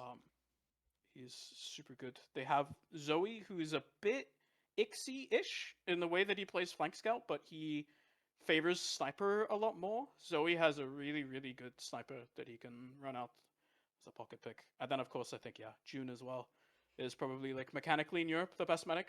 She's crazy and super, like, I think if you ask, like, European soldiers, like, who's the most annoying medic to bomb, they'll all say June.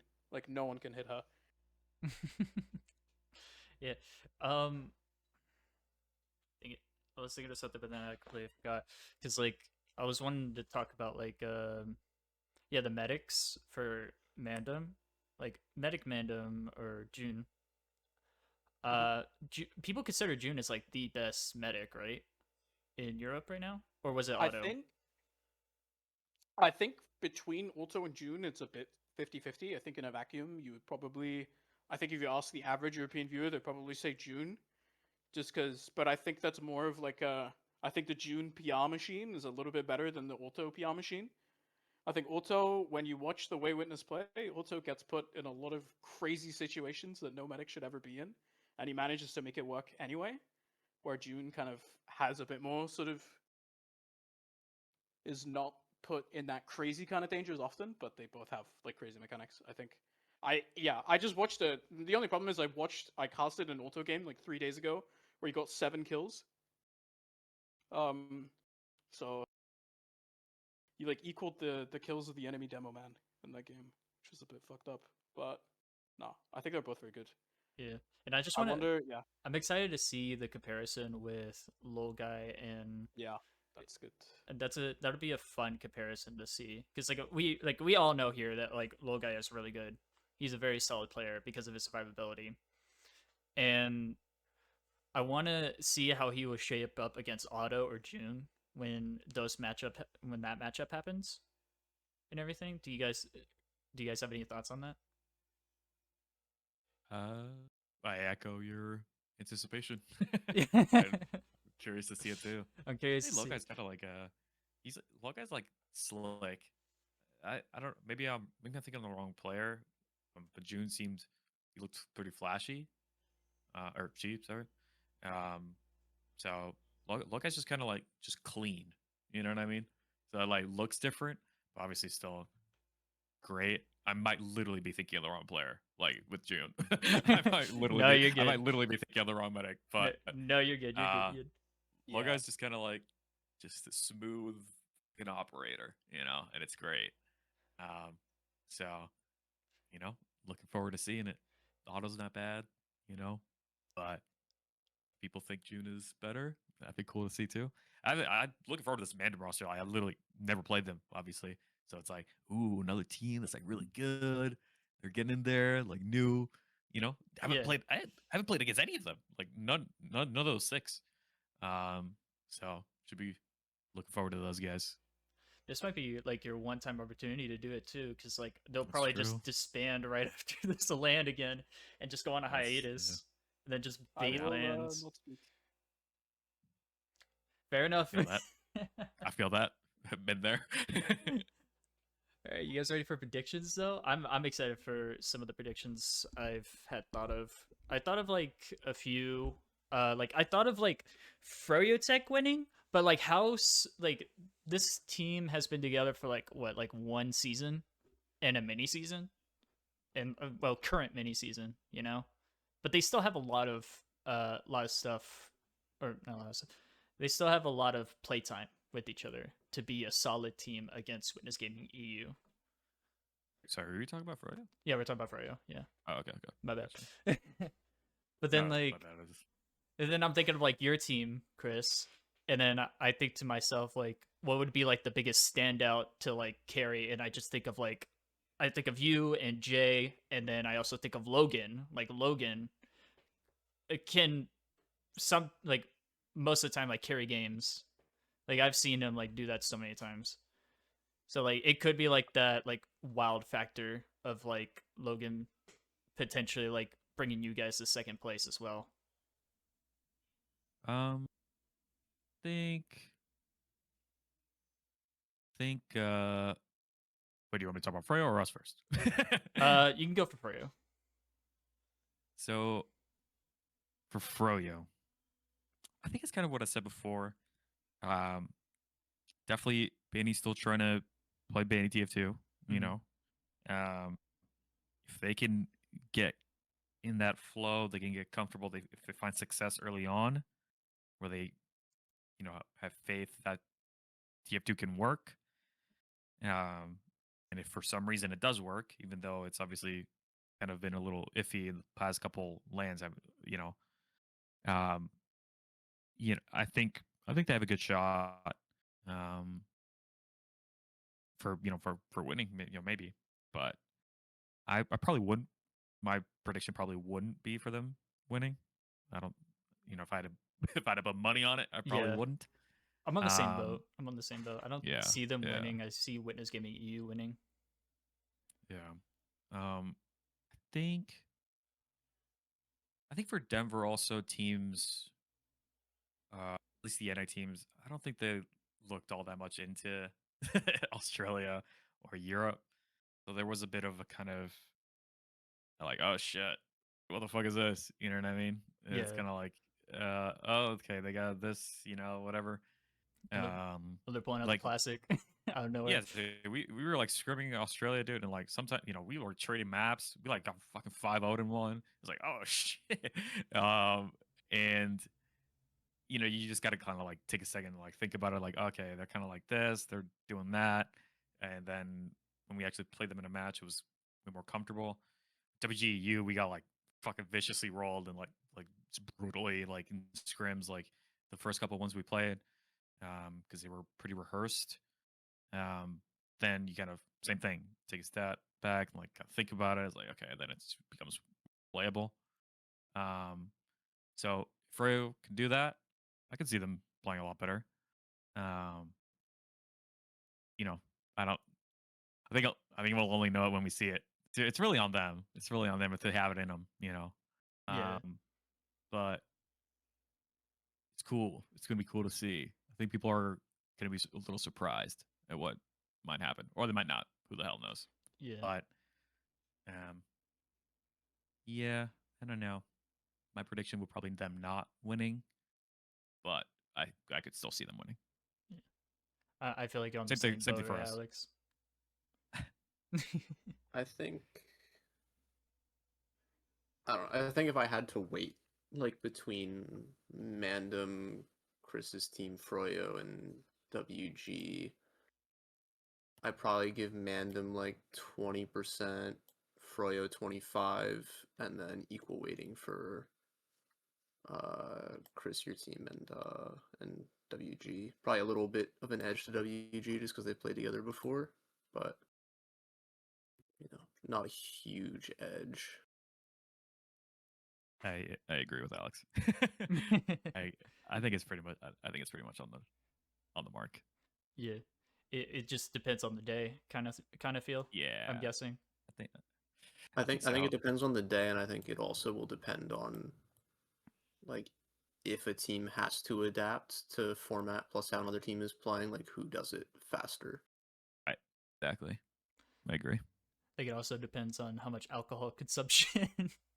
That's right. If we can get a couple Froyo players and a couple WGU players drunk, that could be good too. That could change the tide of battle. We can win this. Finally get the Chris, revenge I'll I talk needed. to Agent Bear about that hey, one for you. Fancy elf, drink this. That could work. You need to go out to them, be like buddy with them, and then slowly like give them a shot, and then another. It's just water, I promise. Here, drink the whole thing. One time at Arcadia, I think I brought we called it the Mandem Special, which was a delicious Scandinavian aquavit, which was my grandpa's favorite drink. Rest in peace. And I felt a bit weird because Arcadia was like at a hotel. It was just like a LAN venue at the hotel, so everyone was staying at the hotel. But then I felt weird about bringing my own bottle of alcohol into the bar, so I would like 2 or 3 people at a time. I would bring them up to my room and give them like a shot of this Gameldansk. And then I didn't have any shot glasses. I just had like the one. You know when you get to a hotel room, you get like the free plastic cup. I had like one of those. So I was like pouring what kind of looked like a shot for everyone, and accidentally gave Sil like 4, in one go of this like random like disgusting like Danish 40% alcohol. And he took it all like a champion, and then he won LAN the next day. So Goated. That is so good. Like at least at Uberfest, Witness were on a strict no alcohol policy until they won. The business trip.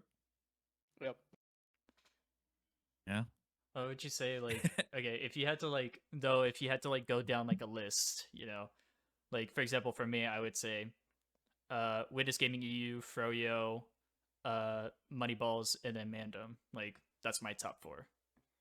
Like what would y'all say? I don't think it would be entirely unsurprising if it ends up being an all European finals, to be honest. I honestly just feel like I could say like a ranking between you guys, Chris, and Fryotech, but I would just be making it up. Like, unfortunately, like I just have like absolutely nothing to base it on. So it's really hard to You're say one of anything those. about that. You're one of those Euro Kool-Aid drinkers. I know you. I think and, and everyone's they got their biases towards their region. I'm trying to and I kind of had that going into Denver, but then when I started like playing against all the teams, like all that shit kind of goes out the window, Yeah. and it's kind of just like try to kind of see it for what it is, and there's also just the mind game when you're playing. There's a reason why like series can flip from one team to the other. You can win a series at one point, then you can lose the other one, and vice versa. Whatever. There's just different. There's just mental things going on there, and that keeps going. That transcends lands. That goes on to the next land. That goes on to the next match. Everything. So you kind of go into this one with that stuff in mind, and it feels very close. And not to discard an EU final, but I Yeah. think it could just be. I think it could be anything. It could even be an NA final, even though I don't. Yeah. Even though I think it's less likely. Like it could be. Like that's how close I feel it is. Um, but my guess is WGU will be in there. Not sure if Mandem will be in there. But No, I think the yeah. only thing with Mandem is they do have a little bit, like not so much recently, but in the past they have had um, some choking issues, where they kind of placed lower. It was a thing for a long time, for the first like year of the team's existence, where they'd always like they looked like the best regular season team, like even above Witness, and then come LAN, come playoffs, they would somehow like end up like losing and like getting third, fourth, a few times as well. Uh, Maybe obviously that might be different this time, hard to say, but yeah, I also like what I want to see is I want an NA EU finals where EU wins in the closest 5-game series we've ever seen, right? Obviously, but Yeah. like, yeah, I mean, And I want the I same thing, also but NA will feel, win. you know what I want? What everyone wants is a Mandem versus Moneyballs finals. There you go. That would be actually True high. Goated. cinema. That would be goaded. That'd be like the alternate timeline type shit. I would love to see that. Yep, true cinema. That would be lit. But Chris, And at that fire, point, it's actually. also like I also think a little bit about like what would the crowd want to see, and like I also know that the European crowd a little at this point, like unless they're playing against an American team, most of the Europeans are kind of over Witness winning everything. So the second that is an all EU finals, everyone will Yeah. be exclusively cheering for Mandem. I think. oh yeah, Nice. yeah. What would you think Nice, your nice. What would I you like to think see your the four underdog. is though? Yeah, I would love to see the underdog too. What would you think your 4 is though, man? I think okay. I think yeah. I don't know. I think I'm a at this point in my life I'm a Banny playstyle hater. I have to put him fourth, even though I also think Soapy is the best player in the world. But I'll do the mental gymnastics there somehow. I'll make that work. And then I think it's probably, to be honest, I think it's Mandem third, and then I think it's probably Moneyballs second, and then Witness are gonna win. But I also like to be completely honest. I also wouldn't be that surprised if this ends up with a situation where Witness is a decent bit better than the rest of the competition, to be honest. Um, I think especially come that like third day, I think by that time Witness will be better than their opponents. Yeah. Chris, Alex, you got any 4s? Like any top 4s? I mean, mine's the same as Wandum's. Obviously, my team, like, hopefully first. Yeah, I think I Obviously. think it'll just be me and like my team and WGU and Grands. Hopefully we can win. And then yeah, Freya third, Mandem fourth. But who the hell knows? Who knows? But like that's the fun of predictions. That's true. That's true. Yeah, I think I would be same as Chris, although I think at this point I'm still giving the edge to WG to win it. So Chris, you can picture my face as you end up beating them, and then come up and say I was an idiot. Come up to you and slap you. Just kidding. Just clip this Can you podcast. reach it, though? Clip this No, podcast I and can't. then I'd be spam jumping. I'd be jumping up trying to reach. it. Just clip this podcast One of and my just favorite spam his parts of- DMs with it. Like one of my favorite parts of casting lands is like you get to meet all the players that you as a caster have had to say bad things about online, and then you meet them in person, and you're like, they're all always like, damn, why did you say that about me? Oh, it's not a problem for Benny. I still talk shit. I still talk shit. Like I remember Oh, yeah, of hanging with Gadilli, right? I was hanging with Gadilli last season when Moneyballs and Freyatek was playing. I just kept shitting on him for like having a shit season with a Rome, and he's like, I didn't have a shit season. It's like you had a shit season. And we had to look, and like, yeah, it was a shit season for him on Rome. But I As the still love the only guy. player here to have played on Rome with Gadilli, I think I don't think Gadilli was the problem. No, I just meant like Rome in general, like the whole team. But it was still a lot of fun. I just like to banter. That's like my favorite thing. Nah, it's fun to do. I think I'm excited for you guys to. There's a lot of EU land virgins coming, which will be fun. Obviously, Banny and Habib have tried it before. Jay's been there as well. I remember Jay was so much fun to hang out with at I-69 actually. But it's a very different vibe, I'm told, to what American lands are, because obviously there's a bar at the venue. So usually people, like, you know, especially if you're not like competing to win, you're usually up until like 2-3 a.m. every night, having fun, hanging out. It's a great time. Yeah. Should be interesting. Hell yeah. Wandum, one request Yeah. from me. If you ever see Fancy Elf, can you tell them, remember the time that Demonite won 5 CP? Can you tell them that for me? Okay. Thank I'll you. remember that. Thank you. And tell him to change its alias. It's really bad. His alias. He tried like cutting out the elf bit, but I don't think Change it to Well, Well, he Fancy replaced Sun. it with Bill. Is Bill in it for some reason? It's just No. Is that his name? I don't know no, what but that that's is. just like he's been off class naming as that forever, right? He's been like aliasing as Right. Bill for a while. Okay. Well, he's incapable since of coming up before with a he was good born. alias. He needs help. Someone help him. Good Have you alias seen name? his frag videos? He plays like the Batman song in his frag videos as well. Like he, Oh my god! Yeah, Wait, the his- Batman song? Oh, okay, I'll he look has into like that after horrifically this. bad music in his frag videos as well. That's He's- goated. Honestly, respect. That's goated. Good alias name, in my opinion, Fancy Elf to Fancy Sun. Okay, let's bring that. Ooh, that's unfortunately taken. I by think that's the been goat, done before. Damn it's it. taken by the goat. So yeah, no, that was trademarked. It's Goodness. also, by the way, also no good. Also no good. No good. Damn. No, it's definitely not. He's so funny though. He's just, oh my god, I have incredible fucking memories of just in Pogs, Fancy Sun just trolling Banny. It's like the most hilarious. That's like a pastime for so many of these like the low mid invite people. They'll just go in Pogs and just troll Banny. And it's like, dude, Oh, it was like, there you go. I still remember Cherish just fucking trolling the shit out of him and making videos on him and shit. It's so funny. Oh my god. And then There's a pun. Yeah. and then Benny's he's in having there. a spur get fucking Cherish, like, stop fucking trolling. I said, what are you talking about, you? Oh my god, there's a pog. I think about it like every once in a while. Fancy Sun. And then he's like, he's doing this. Can we get in go for a bomb? Like all this shit, right? And it's like, and then Fancy Sun's like, someone's like, but he goes, can someone get in? Can you get in? Or whatever. Fancy's like, I'm on it, boss. And he's like fucking nowhere near the other two. It's like, wait, what? But he's like, what happened here? It's like, oh, sorry, my mouse disconnected or something. It's like, bro. hell yeah. He's just coming up with all this shit. It's like, oh my that's god, what's so up. fucking funny. So The- good. I love Fancy Sun so much. I think but, that alone yeah. just made me Fancy Sun fan. Holy fuck. He's so funny, dude. He's so funny. Oh man.